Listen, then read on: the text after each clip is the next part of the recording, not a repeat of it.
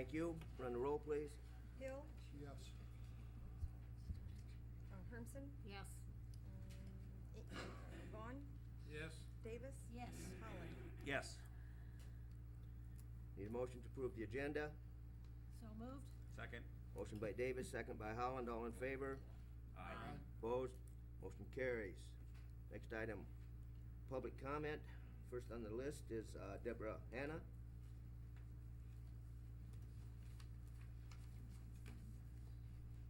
Deborah Hanna, 214 Second Avenue Northeast. I was here 3 weeks ago about Alberta Conrad's property at 209 Third Avenue Northeast. 3 weeks ago, nothing's been done about it yet, so I'm wondering where this is at. Doug, can I get an answer from you, please? There's been a letter sent, but you gotta understand, I have had no time to get out, and we've got so many things going on right now. My main job is the building part of it, and with the school getting ready to open, I spend hours out there, and I have to do that.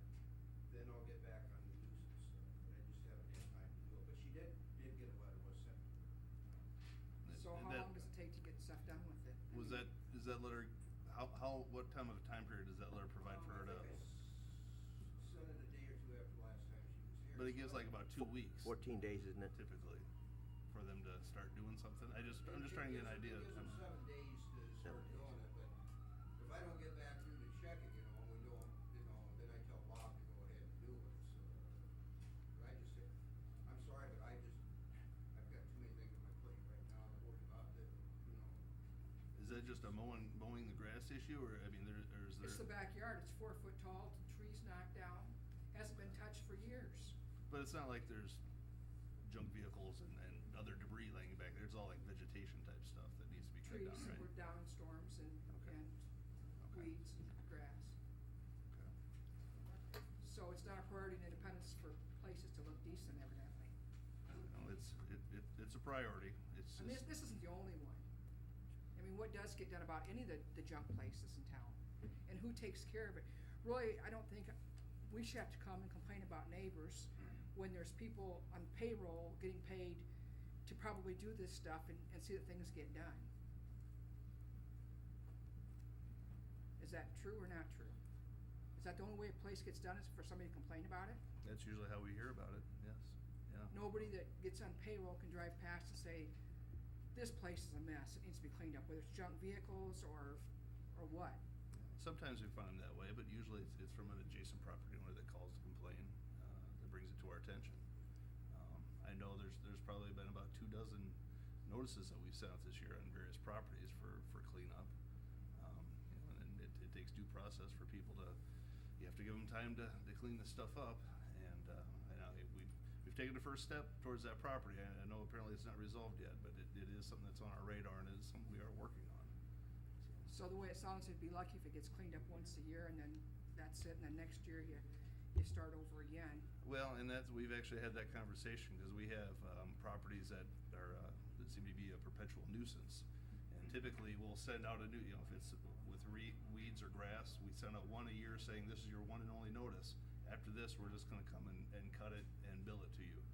And so we've actually been talking some with the city attorney as far as changing our code to set up what we call, or what I called a perpetual nuisance, where we notify it once, and if it is an ongoing problem, no matter if it's this year, next year, the year after that, we can just go in and cut it down. So that's something we're working on, but when it comes to private property rights, it becomes very difficult for us to act quickly on all those things. So it is something that we are aware of and something we want to try to address and do it in a better way. It just takes time. Maybe I can answer a question a little more too. The particular problem with this piece of property is the front yard is taken care of, it's the backyard that isn't, which they do see out of their backyard. But it's not a street you drive down, it's private property. You have to drive through private property to even realize that is not yet. Because that alley thing that's behind your house there is all private property.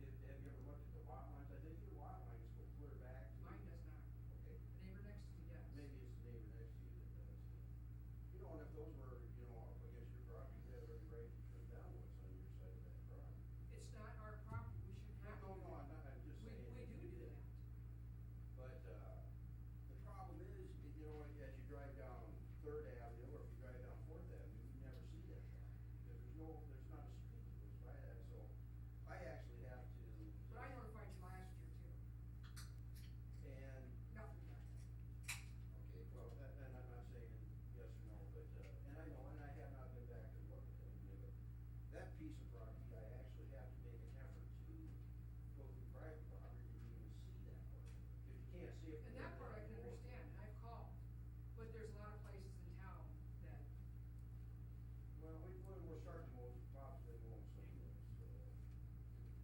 And it takes time, we gotta give them, you know, a chance, and like Steve said, we're working on that. If we could have it where it was good this year, still good next year, you know, we can just move out and then start getting mowed, but you gotta understand too, we're gonna charge, you know, $200 for that first mowing, so then it goes up from well, there. if you can do that for $200, you're doing good.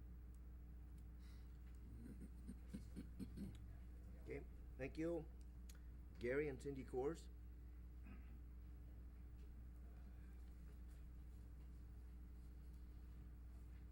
Gary Coors, 719 Nelson. I'm here about buying a property at 713 Nelson. And I see it's on your agenda. Didn't know when you were going to get to it. But I'm interested in buying it, and we put in a sealed bid. It's here, so I'd just like to know what you're going to do, or if we're going to get it, or what. Okay. We've got, we have three properties Mhm. tonight that we're considering, and the one that you guys are interested in is on number 5 there at 713 Nelson, so. Okay. We'll come down to that. Actually, we do the first two, then that'll be the third one. Okay. We'll have another public hearing, so if there's anything more you wanted to say about it, or if you wanted to, that's when we're gonna announce and take the bids on it, but we Okay. certainly have yours, so. Thank you. Thank you, Gary. Hank Snyder? Never mind. Okay, they answered your questions? Okay, thank you.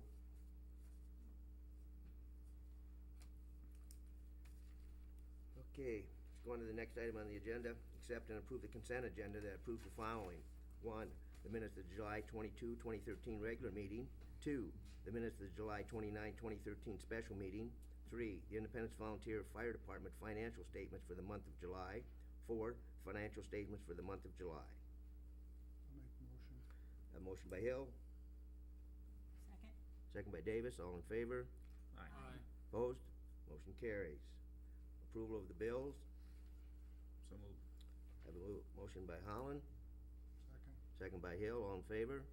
Aye. Opposed? Motion carries. Next item on the agenda, petition from the public. 1, Brian Tompkins, Aviation Project Manager, Snyder and Associates Incorporated, present to review the airport long-range plan. Hi again, Brian. Thank you.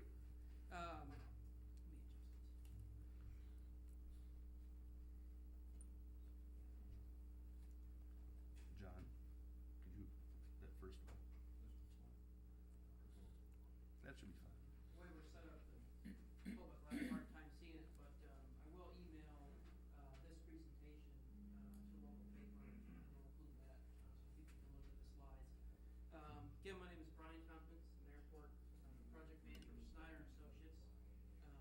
What I'm here today to do is to give the council and the general public an update as to where we are with the airport master plan and what's remaining left on the project to do.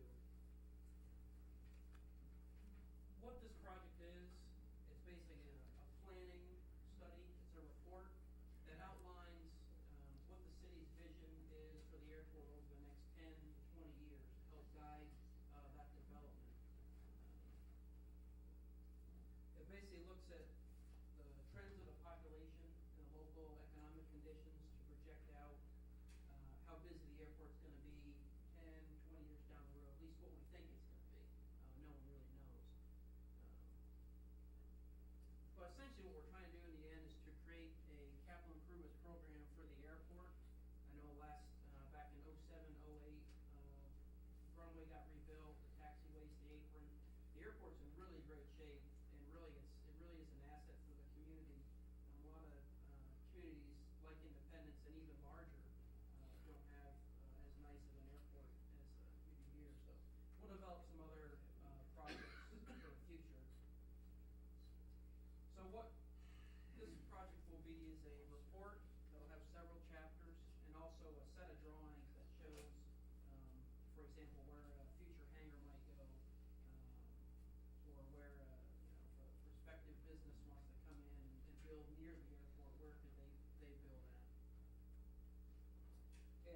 third thing that this project will have is what's called an aeronautical survey.